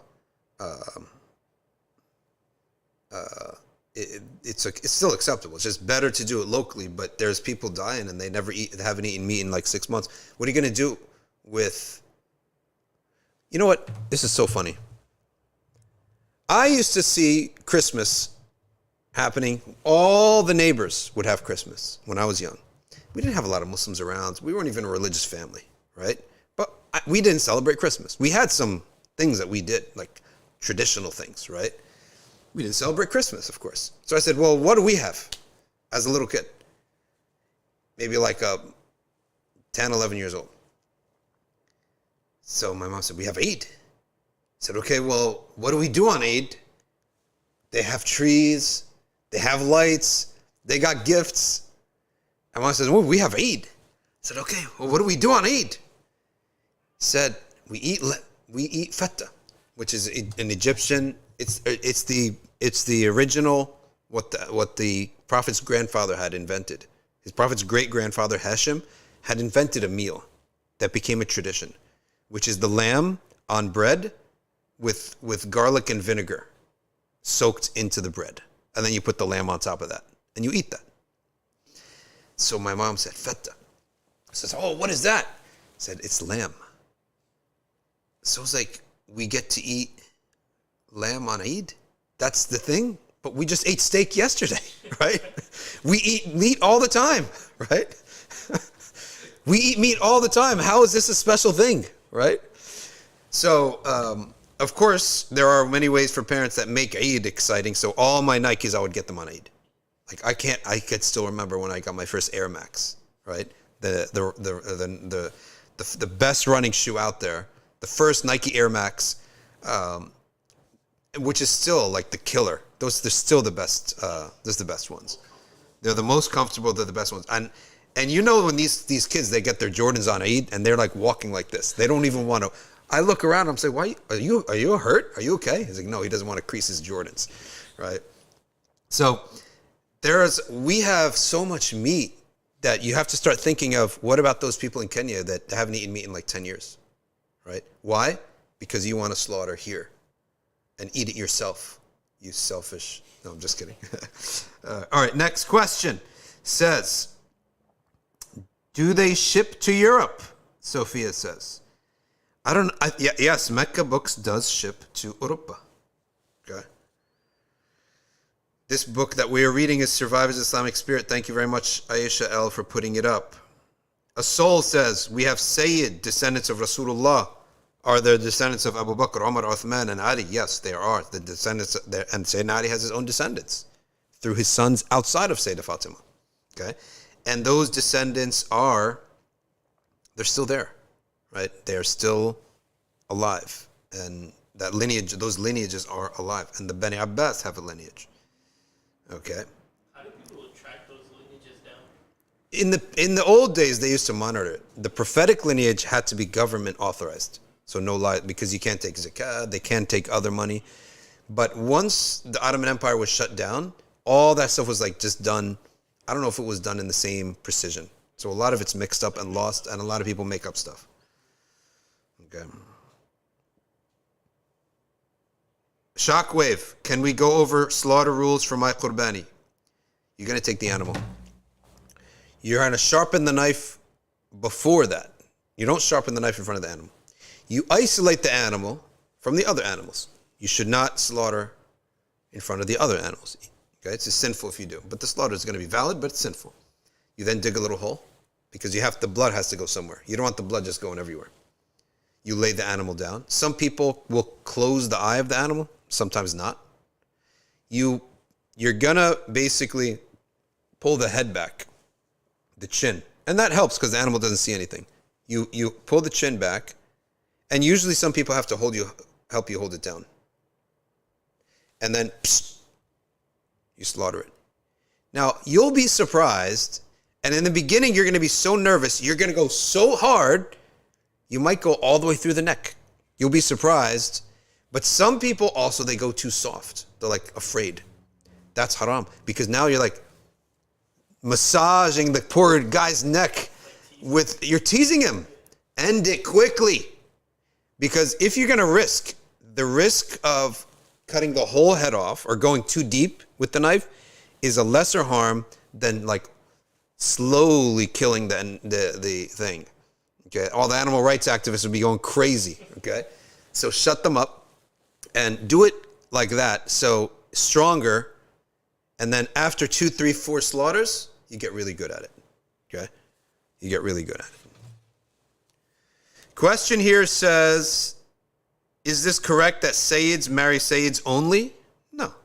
But some rulings in Shafi'i madhab says that a man can preserve the lineage of his daughter, who's a Sayyid, by only accepting another Sayyid. It is permitted in the Shafi'i school to do that. Is Sayyidina al-Khidr still alive? We'll cover that subject another time, inshallah. Because there are statements about that he doesn't live like a normal person. That he is unique in that. All right. Is the lineage lost if the mother Sayyid and the dad is not? A mother passes lineage for one generation only. A mother passes the lineage for, what's the proof? Sayyidina Maryam. She was attributed to Prophet Ibrahim. Or Sayyidina Isa was attributed to Prophet Ibrahim. How? Through Sayyidina Maryam. So a woman will pass the lineage for one generation. Next question here. Abu Bakr. Assalamu alaikum wa alaikum salam. Is the night of Arafah preferred over the other nights of Dhul Hijjah? No doubt about it. But also, the night of Eid is preferred over the night of Arafah. Laylat al-Eid.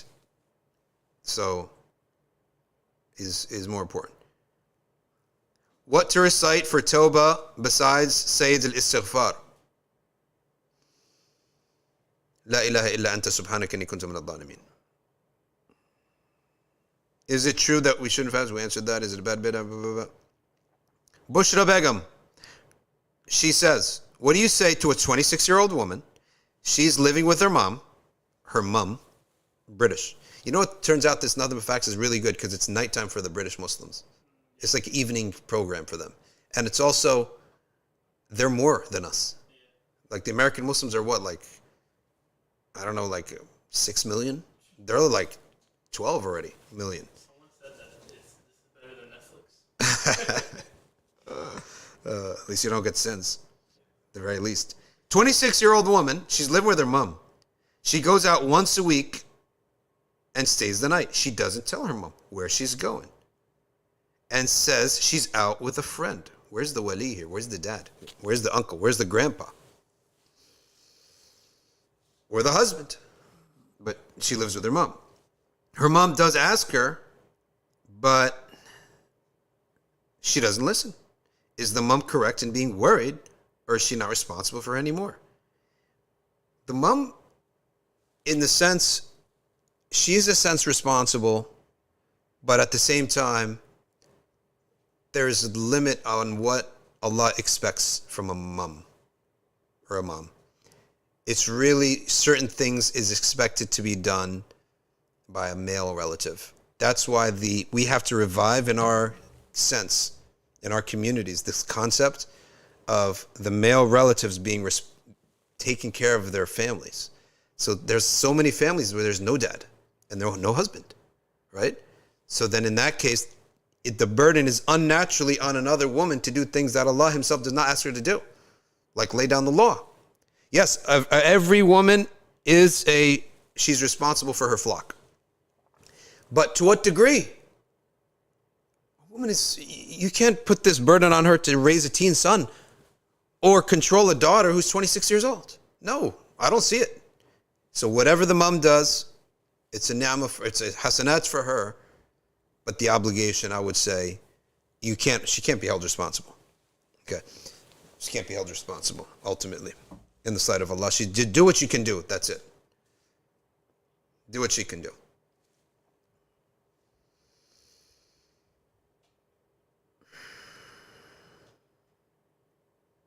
Let's go to From the Woods. Do you know any good resources for learning more about Allah's names? Yes.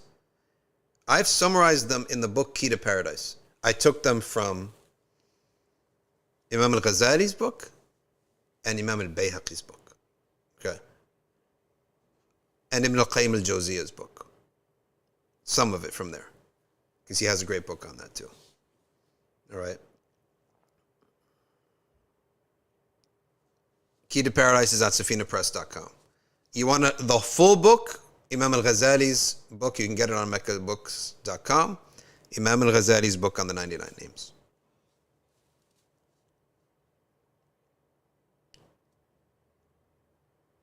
Jinan Yusuf has good lecture. I don't know what she says. Sounds like an Egyptian to me. Or Palestinian. Eslam, did we get your question?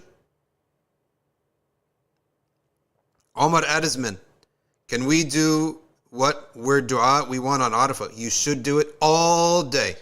All day. All day. You should do dua on Yom Arafah and a recitation of Quran. Hamza A, is salawat considered dhikrullah? This is the second time I received this question today. Okay. After Fajr, I'm setting my alarm for the morning. Right? I'm a little bit sleepy. I'm going to sleep a little bit. Setting my alarm and I get this question. I never look at my phone after Fajr because the light will wake me up, right? Like even this light, forget it. This is a disaster. This light even is pretty strong. So I never even look at it. But today I'm setting my alarm and I get this question. I have to answer it, all right? The question is, I feel guilty because I do so much salah on the Prophet sallallahu alaihi wasallam. And I feel that I'm not doing dua, I'm not doing dhikr of Allah. I feel guilty. Should I feel guilty? I told him, brother, this thought is 1000% from Iblis. Or just confusion from your nafs. Why is that? All of dhikrullah, of dhikr of the Rasul, is in fact dhikrullah. How? Very simply. You would not remember him if Allah had not ordered us to. Right? Number one, you would not be doing salah on the Prophet if Allah had not told us to do so. Number one. Number two, very literally, you must say the name of Allah in your salah. The first thing you say, Allahumma salli.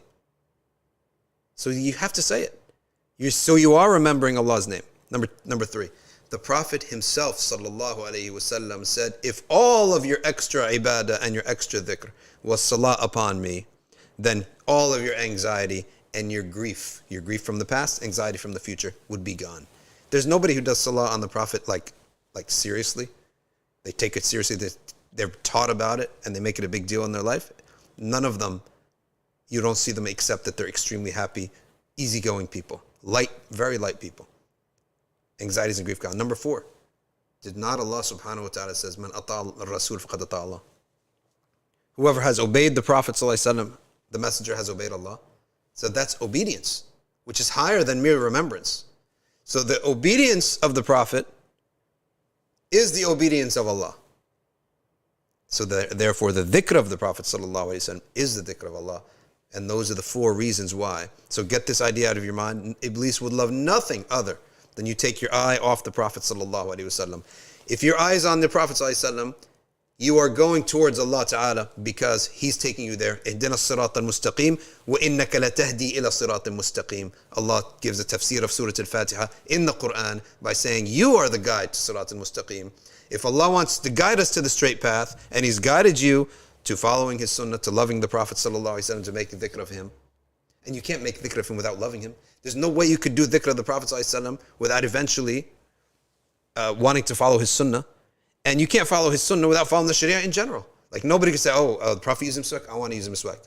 But I'm not going to lower my gaze on the haram. No, that doesn't make any sense, right?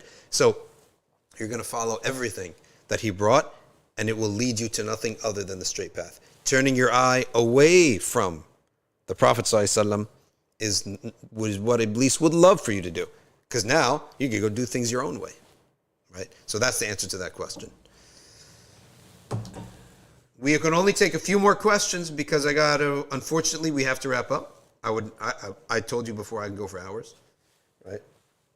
What's the alternative for women who cannot pray tahajjud? She gets up and does dhikr and dua.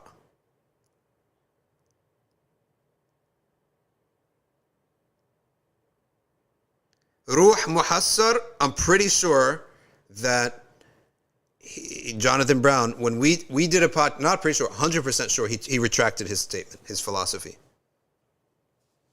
That's for Ruh Muhassar. Or not philosophy, but opinion. He retracted it. I'm 100% sure he did. Okay. Are women allowed to go to a burial? No, it is between haram and makruh. They could go after the burial has been finished. Is it permissible for women to go to a qurbani? Yes. And they could do a qurbani too. Have you ever slaughtered an animal? Yes. Alhamdulillah, I'm going to do it again this year.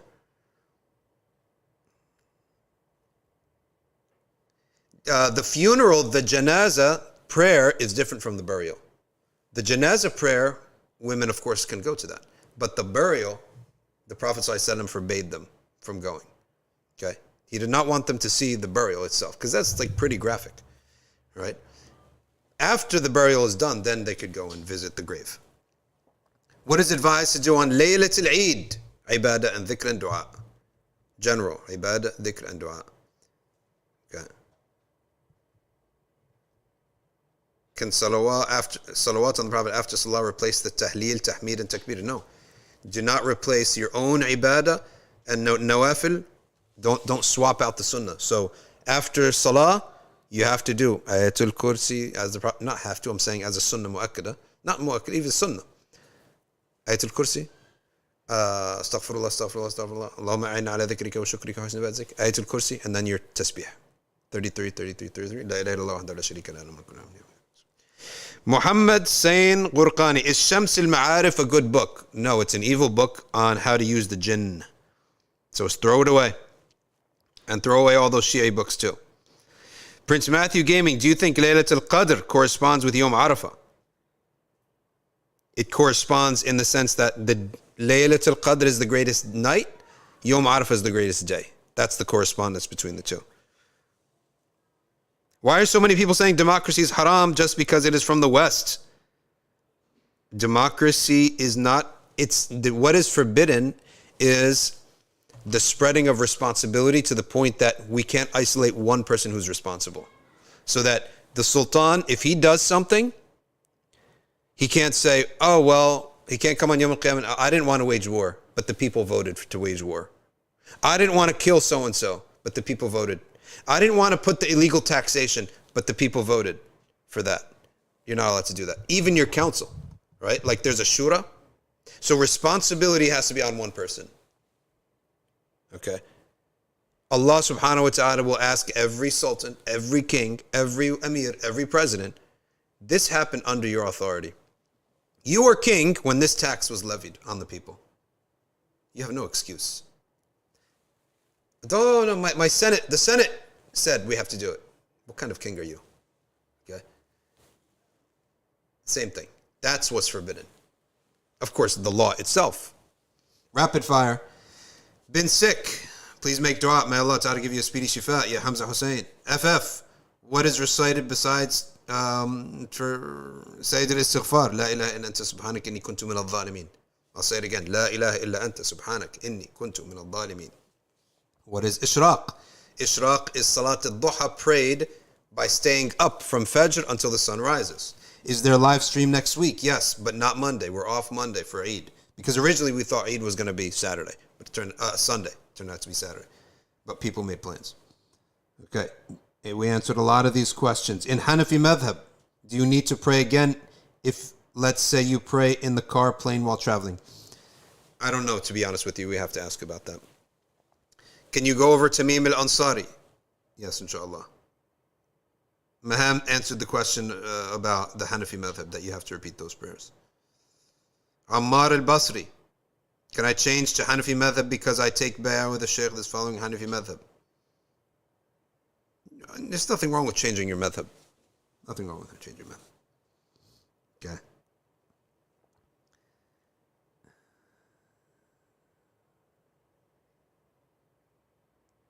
If your mom is a sharif from the prophetic lineage, are you? Yes.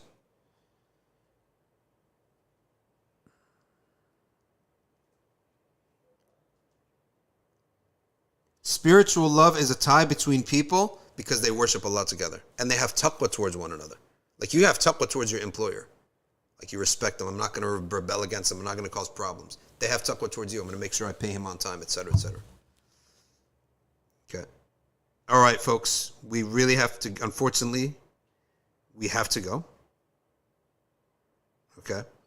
Please remember us in your dua. Everyone have a beautiful Eid and take advantage of tonight. May Allah Ta'ala give us success to take advantage of the ibadah on this blessed night in which Allah Ta'ala has offered us that Laylatul Arafah is on Laylatul Jum'ah. And may Allah Ta'ala give us tawfiq in the siyam for those who are capable of making siyam and to get up for tahajud tonight.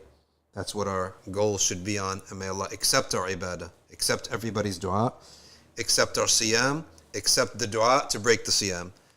And then give us nashat to do ibadah again on Laylatul Eid. And may Allah accept everybody's slaughter. We will see you again on Tuesday. May Allah Ta'ala bestow rahmah upon us, consistency, and let us live and die upon the sunnah and jama'ah and ibadah and dua and humility and dhikr and love of the Prophet Sallallahu Alaihi Wasallam, on hatred of bid'ah and its people, on hatred of sins and the people who spread it publicly. And we ask Allah Ta'ala to accept us from His Siddiqeen and from His Shuhada and from His Salihin and resurrect us amongst them. And likewise for our spouses, parents, and our children, and our offspring until Yawm al-Qiyamah, and those who marry into our families. وصلى الله وبارك على سيدنا محمد وعلى آله وصحبه وسلم. سبحان ربك رب العزة عما يصفون وسلام على المرسلين والحمد لله رب العالمين.